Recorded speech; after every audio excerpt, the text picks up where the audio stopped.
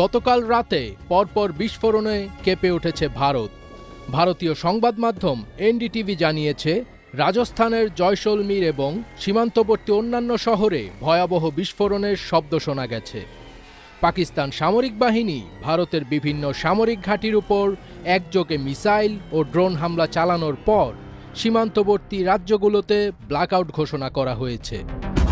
স্থানীয় কর্মকর্তারা সংবাদ সংস্থা পিটিআইকে জানিয়েছেন, একটি বিশাল বিস্ফোরণের শব্দ শোনা গেছে। এরপর একটি সংক্ষিপ্ত নীরবতা। এরপর প্রায় 1 ঘন্টা ধরে বিস্ফোরণ চলতে থাকে।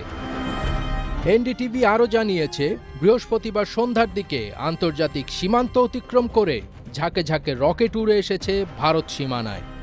এ সময় পাঞ্জাব, রাজস্থান এবং জম্মু কাশ্মীরের শহরগুলিতে বিমান হামলার সাইরেন বেজে ওঠে এবং